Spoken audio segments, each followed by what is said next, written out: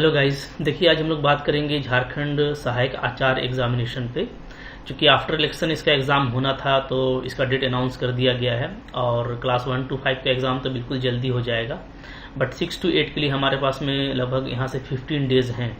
तो एग्ज़ाम का जो लास्ट का दिन होता है, ये जो भी हमारे पास में 15-16 दिन है, ये काफ़ी इम्पॉर्टेंट होता है और इसमें अगर सही स्ट्रैटेजी से तैयारी की जाए तो एक्चुअली ये जो दिन होते हैं, इन्हीं दिनों का जो इफ़र्ट होता है, जो हमारी स्मार्ट प्रिपरेशन की तैयारी होती है, तो वही हमको सक्सेस दिलाता है। तो इसलिए काफ़ी इंपॉर्टेंट है कि एग्ज़ाम के जो क्लोज डेज़ हैं इसमें हम अपना अच्छे से प्रिपरेशन करें। तो उसी पे मैं आपसे बात करूँगा। तो आई होप आप लोगों को पता होगा, क्योंकि नोटिफिकेशन आ गया है, तो मैं पहले आपको नोटिफिकेशन दिखा देता हूँ।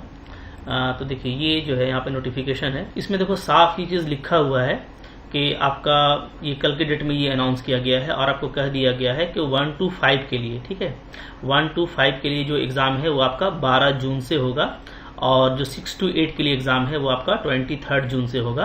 रांची, बोकारो, धनबाद, हजारीबाग, पूर्वी सिंहभूम, इनको सेंटर बनाया गया है, ठीक है। अच्छा, अब देखिए इसमें इसके लिए आपको जो एडमिट कार्ड है वो बोल दिया गया है कि पेपर 1, 2 और 3 इसका एडमिट कार्ड आपको अलग से दे दिया जाएगा। इसका लिंक आ गया है, अभी मैंने देखा है। तो 1 to 5 के लिए लिंक इसका अवेलेबल है, फिर 6 to 8 के लिए भी लिंक इसका अवेलेबल हो जाएगा और इसमें भी पेपर 1, 2, 3, 4 सब जो भी एग्जामिनेशन है पेपर का, सारे पेपर का आपको अलग अलग एडमिट कार्ड दिया जाएगा, ठीक है। ये बात यहाँ पे लिखी हुई है और एडमिट कार्ड को आप एग्जाम के 3 दिन पहले jssc.nic.in से डाउनलोड कर सकते हैं, ठीक है। तो काफ़ी जल्दी में एग्ज़ाम हो रहा है, तो इसके लिए हमको बिल्कुल तैयार रहना है। तो स्ट्रेटेजी हमारे लिए काफ़ी इंपॉर्टेंट होगा। तो हम किस तरीके से तैयारी कर सकते हैं, इस पे हम लोग डिटेल में बात करेंगे। स्पेशली मैं आपको यहाँ पे PCM, ठीक है, क्योंकि हमको पता है कि अगर इधर आप साइंस की तैयारी कर रहे हो या सोशल साइंस की तैयारी कर रहे हो, तो साइंस के स्ट्रीम पे मैं बात करूंगा। तो अगर हम लोग 3 सब्जेक्ट चूज करते हैं, तो अगर मैं PCM चूज करता हूँ, ठीक है, जिन बच्चों ने PCM चूज किया है तो उनके लिए मैं ये आपको स्ट्रेटेजी प्लान कर रहा हूँ। आप अपने अकॉर्डिंग अपना 3 पेपर को लेकर के स्ट्रेटेजी बना लीजिएगा, ठीक है। तो फिजिक्स, केमिस्ट्री और मैथ, इसके लिए तो काफ़ी इंपॉर्टेंट है साइंस के लिए और मोस्टली बच्चों ने जो है ये ग्रुप लिया है फिजिक्स, केमिस्ट्री, मैथ का, तो एक अच्छा चॉइस है। चूँकि मोस्टली जो इंटरमीडिएट में आप फिजिक्स या मैथ लेते हो तो आपके साथ में केमिस्ट्री ही होता है, तो कॉम्बिनेशन यही रहता है। इसलिए मुझको लगता है कि फिजिक्स, केमिस्ट्री, मैथ से आप वेल नोन है। हाँ, और अगर आपको बायोलॉजी में जूलॉजी और बॉटनी का नॉलेज है तब भी आप उसको ले सकते हो, और कुछ बच्चों ने लिया है बायोलॉजी में बॉटनी और जूलॉजी को मिला करके, तो कोई इशू नहीं है, ठीक है। आपने जो भी ग्रुप बनाया है, चूंकि कुछ उस तरह का रिस्ट्रिक्शन नहीं था तो आप बना सकते थे, तो आप अपने अकॉर्डिंग बात कर लेंगे, ठीक है। उसकी तैयारी देख लेना, बट ये आपको वीडियो हेल्प करेगा कि आपको तैयारी करने से कैसे करनी चाहिए। तो अगर मैं बात करूँ फिजिक्स, केमिस्ट्री और मैथ की, ठीक है, सबसे पहले आपको जो भी आपका ग्रुप है उस ग्रुप के अकॉर्डिंग आपको पहले एग्जाम का पैटर्न अच्छे से पता होना चाहिए। और आई होप सबको पता है कि आपको तीनों से 60 क्वेश्चन आने वाले हैं, 60 + 60 + 60, ठीक है, यानी 180 क्वेश्चन आपका रहेगा और यही आपका मेन है। क्योंकि हम लोग देखें जो मेरिट बनना है वो बनना है पेपर 2, पेपर 3 और पेपर 4 से, ठीक है। तो पेपर 2 तो खैर आपका वो रीजनल लैंग्वेज है, उसकी आप तैयारी अच्छे से करेंगे और नंबर भी उसमें ठीक ही आएगा। पेपर 3 मेरा रीजनिंग, मेंटल एबिलिटी, झारखंड के नॉलेज वगैरह से रिलेटेड है, तो उसमें भी नंबर ठीक ही आएगा। तो पेपर 4 ज़्यादा इंपॉर्टेंट हो जाता है, ये 180 मार्क्स का, ठीक है। इसमें जो बच्चा जितना आगे निकलेगा वो अपना उतना ही अच्छा रैंक कर पाएगा, ठीक है। तो उस पर भी हम लोग बात करेंगे कि आपको कितना तक करना चाहिए एग्जाम में लास्टली। तो 180 मार्क्स का होना है और आपको पता है कि इसके लिए आपके पास में 3 घंटा होगा, 3 आवर, ठीक है। और ये CBT मोड में एग्जाम होना है, सब आपको पता है। और यहाँ पे कोई भी निगेटिव मार्किंग नहीं है, no negative marking. So this is a good news, ठीक है, कि आपके पास में ये है कि अगर आप कुछ गलत करते हैं तो कोई इशू नहीं है। तो CBT में कंप्यूटर बेस्ड टेस्ट है और अब तो बहुत सारे एग्जाम कंप्यूटर पे हो रहे हैं, तो आपको इसकी अच्छी प्रैक्टिस है। तो सबसे पहले एग्जाम पैटर्न आपके पास में होना चाहिए कि भाई हमको 180 क्वेश्चन हमको मिलने वाला है, 60 + 60 + 60, इसमें कोई निगेटिव मार्किंग नहीं है, ठीक है। और इसमें आपको सिलेबस को भी देखा हुआ है, आपने सिलेबस देखा है। अब देखो यहाँ पे अगर मैं हाउ टू प्रिपेयर पे आ जाऊँ तो इसमें आपके लिए सबसे इंपॉर्टेंट होता है कि आपके पास में जो सिलेबस है उस सिलेबस के अकॉर्डिंग आपकी तैयारी होनी चाहिए। और आज मैं सिलेबस पे बात नहीं करूंगा, क्योंकि मैं सिलेबस पे बहुत सारा बात कर चुका हूं पहले। मैं आज जो इंपॉर्टेंट चीजें हैं उसकी तरफ आपको ला रहा हूं। तो सिंपल जान लीजिए, देखिए लिखा हुआ है कि जो सहायक आचार्य एग्जाम है 6 to 8 का, ये क्या है, ये ग्रेजुएशन लेवल का होगा और उसी के स्टैंडर्ड का क्वेश्चन होगा। बट रियलिटी ये है ना कि जो सिलेबस हमको दिया गया है, तो सिलेबस जो है आप देखोगे तो 85 से 90% जो सिलेबस है आप देखिएगा वो कहाँ से आता है, तो वो आता है 11th और 12th से, ठीक है। और 11th और 12th का जो NCERT है ये काफी इंपॉर्टेंट हो जाता है for all the 3 subject, physics, chemistry and math, तीनों के लिए। आप सिलेबस को देखे हैं, आप 11-12 भी पढ़े हैं, तो आपको मैं बता रहा हूं कि 85 to 90% जो सिलेबस है वो NCERT 11-12 का है। तो प्रिपरेशन के लिए सबसे ज्यादा इंपॉर्टेंट ये हो जाता है कि आपका 11th और 12th का जो NCERT कॉन्सेप्ट है, ठीक है, वो आपका बहुत ही अच्छा होना चाहिए। अब उसमें देखो जो सच्चाई है वो ये है कि हम 180 क्वेश्चन तो नहीं कर पाएंगे एग्जाम में, ठीक है, क्योंकि साइंस का क्वेश्चन है, उसमें मैथ्स का भी होता है, तो आप पढ़ोगे कुछ, उसको कैलकुलेट करोगे। तो एक बच्चा जो है अगर क्वेश्चन का लेवल कैसा रहेगा इस पे ही बात करेंगे हम लोग।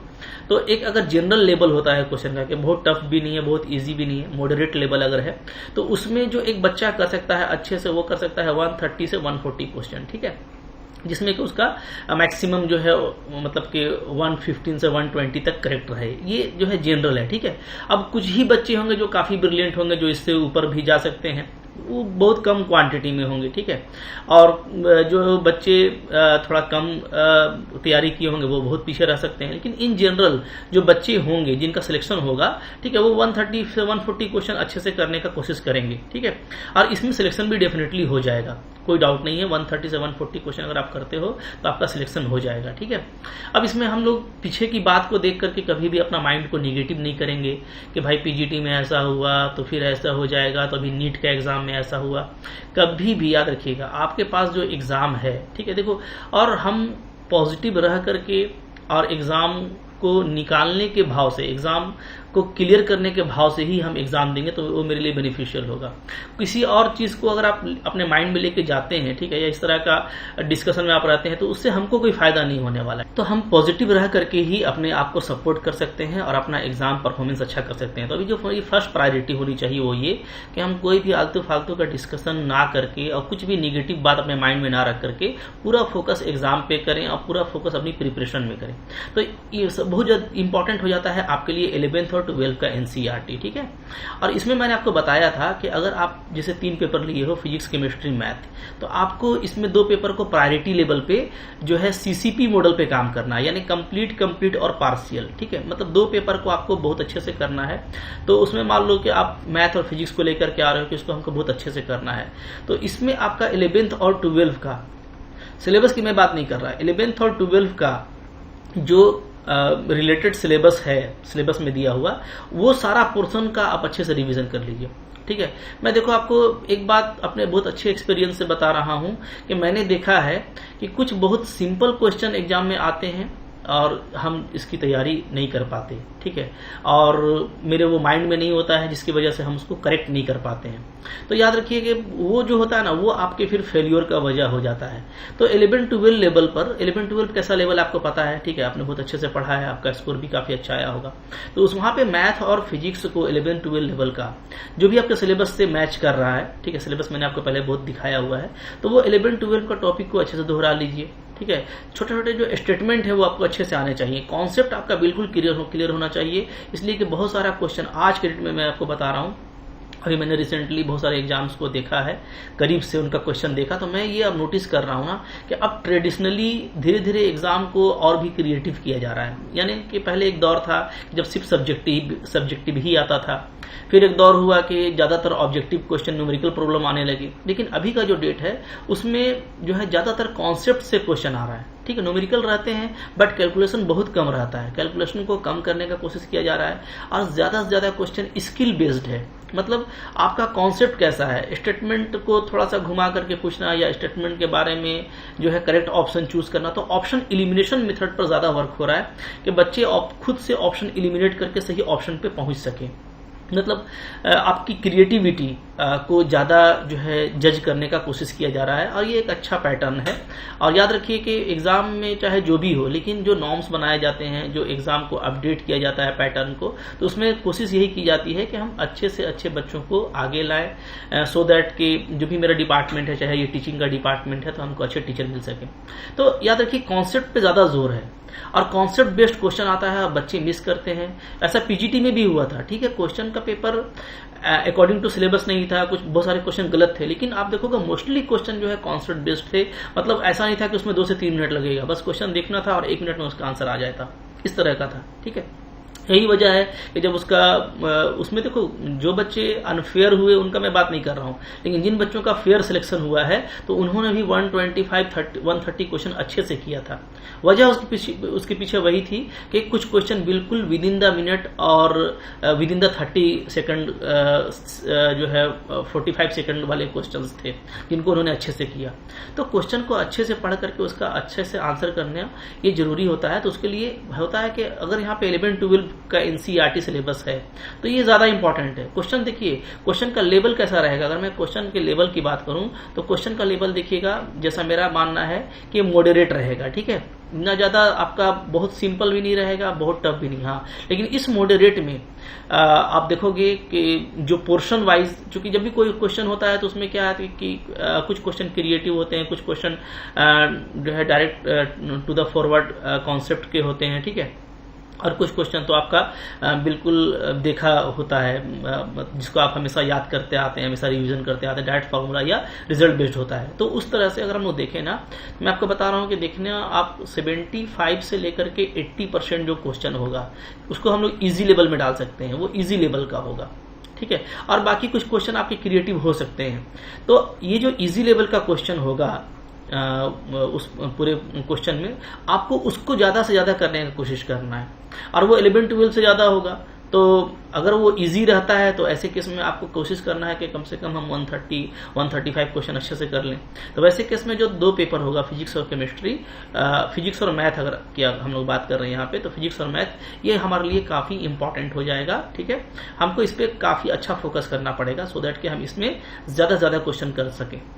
तो याद रखिए कि अभी आपको 11-12 काफी इंपॉर्टेंट हो गया है। फिर अगर आप चले जाओ जो आपका 3rd पेपर है केमिस्ट्री, उस पर तो अगर आप फिर केमिस्ट्री भी देखो तो केमिस्ट्री में भी बहुत सारे बच्चे केमिस्ट्री को लेकर के परेशान हो रहे थे कि सर सिलेबस काफी लंबा है, बहुत सारे ग्रेजुएशन के भी पोर्शन है। तो भाई मैं आपको ये श्योरिटी दे रहा हूं कि केमिस्ट्री का भी देखिएगा 85 से 90% क्वेश्चन 11-12 से ही आएगा।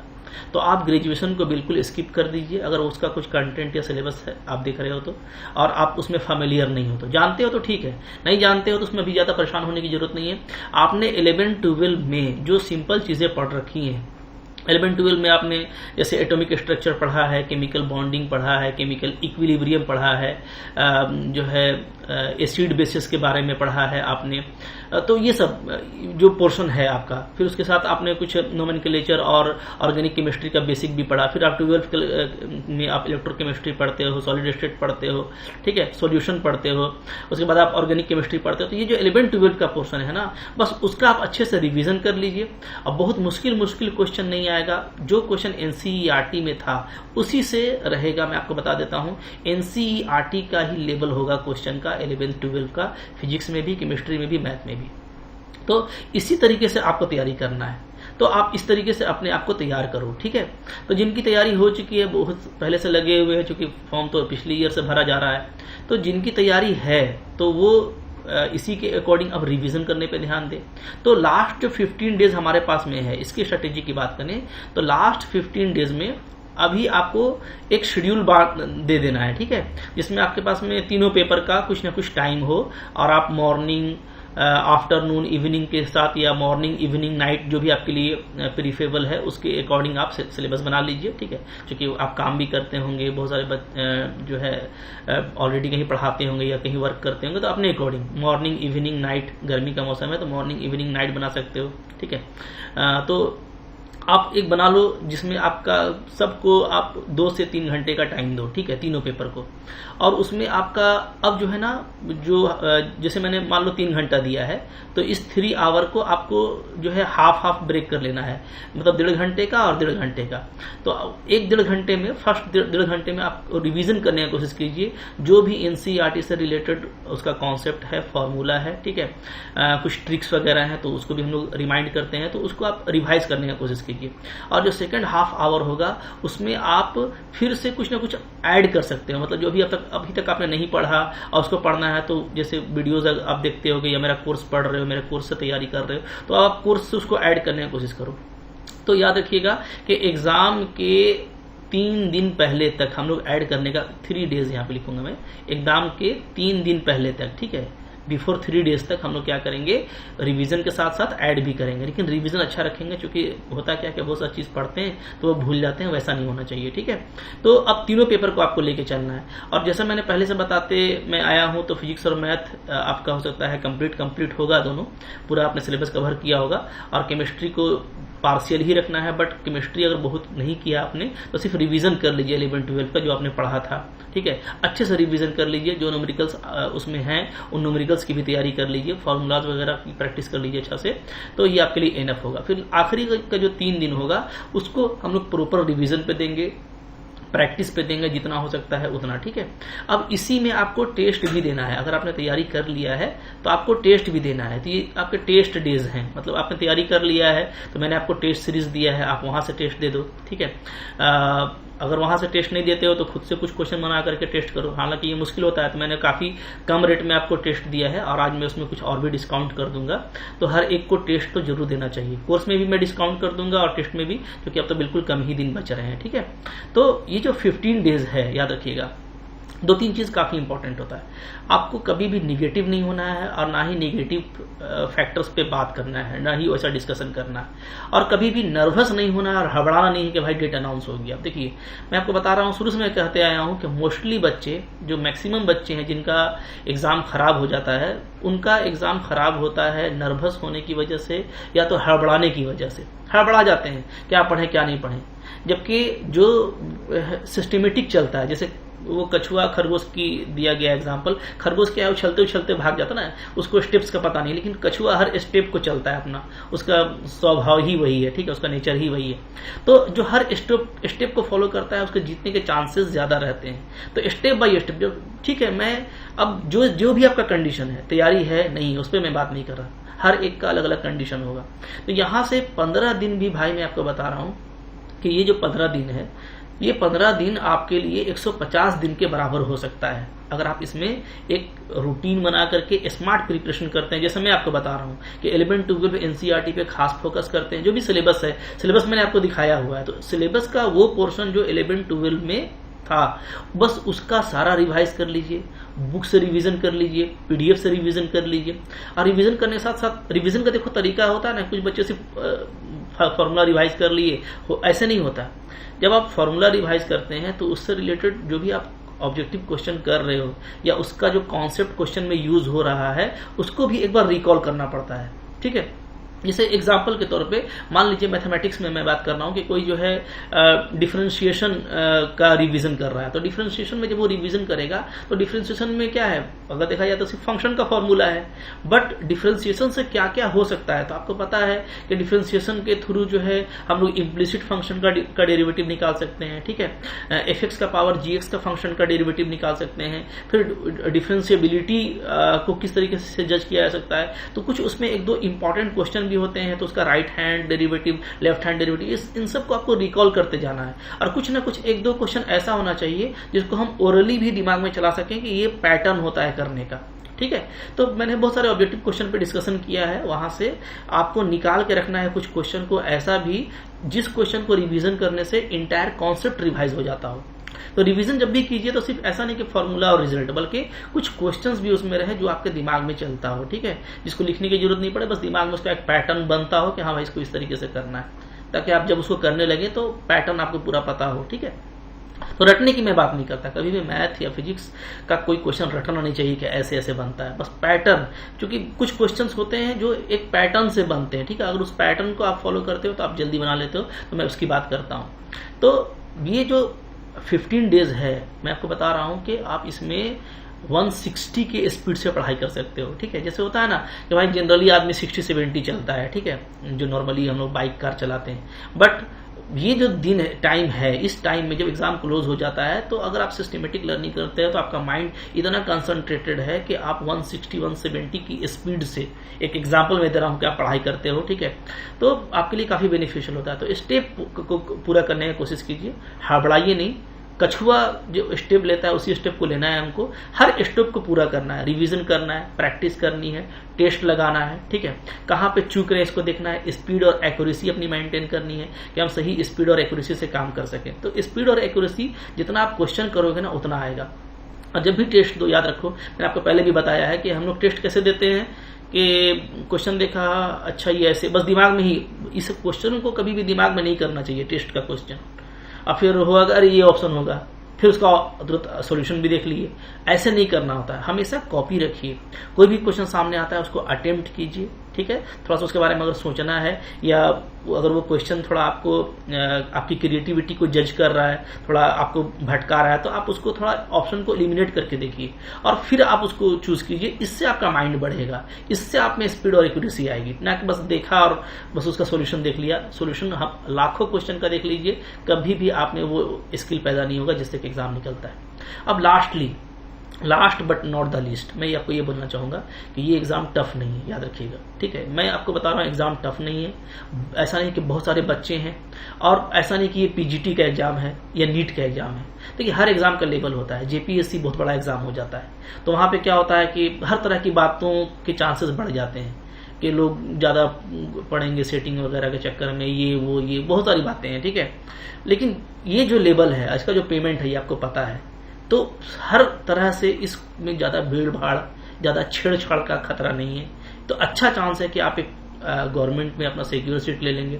तो तैयारी आप बिल्कुल खुले माइंड से कीजिए और यकीन से कीजिए कि आपका सिलेक्शन हो जाएगा, ठीक है। और इसके लिए आप तैयारी कीजिए, प्लीज तैयारी कीजिए, 10 से 12 दिन और तैयारी कीजिए, फिर लास्ट में पूरा रिवीजन कीजिएगा, ठीक है। बट हड़बड़ाइएगा नहीं और पॉजिटिव माइंड से तैयारी कीजिए। याद रखिए कि स्टेप्स को पूरा करने वाला डेफिनेटली अपने डेस्टिनेशन तक पहुंच जाता है, ठीक है। तो लास्टली मैं ये कहूंगा कि मेरा कुछ अच्छे कोर्सेज भी हैं जिस पे मैं डिस्काउंट कर रहा हूं, तो आप उसको जरूर ले सकते हो। और टेलीग्राम पे मेरा जो डेली क्वेश्चन चलता है और अब चलेगा डेली, तो टेलीग्राम पे भी आप क्वेश्चंस की प्रैक्टिस कर सकते हो, ठीक है। अगर आपके पास में ऑलरेडी टेलीग्राम चैनल इंस्टॉल्ड होगा तो टेलीग्राम चैनल पे जाकर के आप इस बार कोड को स्कैन करके आप मेरे चैनल से जुड़ सकते हैं, जहाँ पे आपको डेली बेसिस पे क्वेश्चन मिलता है, ऑब्जेक्टिव क्वेश्चन, आप उसकी तैयारी कर पाओगे, ठीक है। यहाँ पे वहाँ पे आपको अपडेट भी मिलता रहेगा, तो आपके लिए काफ़ी बेनिफिशियल रहेगा। और अगर आपको इस बार कोड से नहीं होता तो आप जो मेरा वीडियो देख रहे हो ना, तो मेरा जब डिस्क्रिप्शन आप नीचे देखोगे, डिस्क्रिप्शन उसका, तो उसमें आपको जो सबसे पहला लिंक मिलेगा, उसमें आपको बहुत सारे लिंक मिलेंगे। जो सबसे पहला लिंक है यहाँ पे आप देख पा रहे हो, ठीक है, Telegram link for PGT, TGT, CSIR net, math by Tahseen sir. तो ये इसको आप क्लिक करते ही आप उससे ऐड हो जाएंगे, तो आप ऐड हो जाना, काफ़ी अच्छा रहेगा आपके लिए, ठीक है। वहां से आप प्रैक्टिस कर सकते हो। और मैं आपको ये बोलूंगा, अगर आप अच्छे से तैयारी करना चाहते हो तो आप लास्टली ये सारे कोर्सेज भी देख सकते हो। मैं इसका रेट अभी यहाँ पे कुछ कम कर देता हूँ, चूंकि दिन अब कम बचे हैं, तो डेफिनेटली आपके लिए काफ़ी ये बेनिफिशियल रहने वाला है, ठीक है। यहाँ पे आप देखिएगा कि जैसे आप देख सकते हैं, यहाँ पे मैंने एक तो टेस्ट सीरीज आपको दिया हुआ है जो आपको पेपर 3 और पेपर 4 दोनों कवर करता है, ठीक है, पेपर 3 पेपर 4। तो 3 में आपको रीजनिंग, GS जनरल नॉलेज वाला मिल जाएगा, और 4 में आपको मिल जाएंगे फिजिक्स, केमिस्ट्री, मैथ के, ठीक है। तो ये टेस्ट है और इसका जो रेट है वो 850 है अभी जो आपको दिख रहा है, बट अब आपको ये 650 में मिल जाएगा। ये आज आप रात से इसको ले सकते हैं, ठीक है। तो डिस्काउंट कर दे रहा हूँ, बट इसमें पेपर 3 पेपर 4 पूरा है आपको। पेपर 4 में भी आपको हर सब्जेक्ट का अलग अलग बहुत सारा टॉपिक वाइज टेस्ट मिलेगा, सारे ही टॉपिक के अलग अलग टेस्ट मिलेंगे, और पूरा कंबाइंड रूप से जो 3 घंटे का टेस्ट है 180 क्वेश्चन का, वो भी पूरा दिया गया है और काफी अच्छा है। अगर आप उसमें अच्छा स्कोर करते हैं तो आपका एग्जाम भी अच्छा जाएगा, तो इसको आप चूकिए मत, ठीक है। 500-600 रुपया बहुत बड़ा चीज नहीं होता है, बट आपकी प्रैक्टिस अच्छी हो जाएगी। क्वेश्चन मैंने सब उसमें अच्छे से लगाए हैं जो एग्जाम में जिस तरह के क्वेश्चन आ सकते हैं उस तरह का, ठीक है। और अगर आपकी तैयारी में कोई कमी है तो आप जा कर के मेरा ये सब कोर्स ले सकते हो। 6 to 8 मैथ का कोर्स है, फिजिक्स का है, केमिस्ट्री का है। तो ये 1 मंथ के लिए भी है, 3 मंथ के लिए भी है, 6 मंथ के लिए, 1 ईयर के लिए। तो अलग अलग वैलिडिटी में है।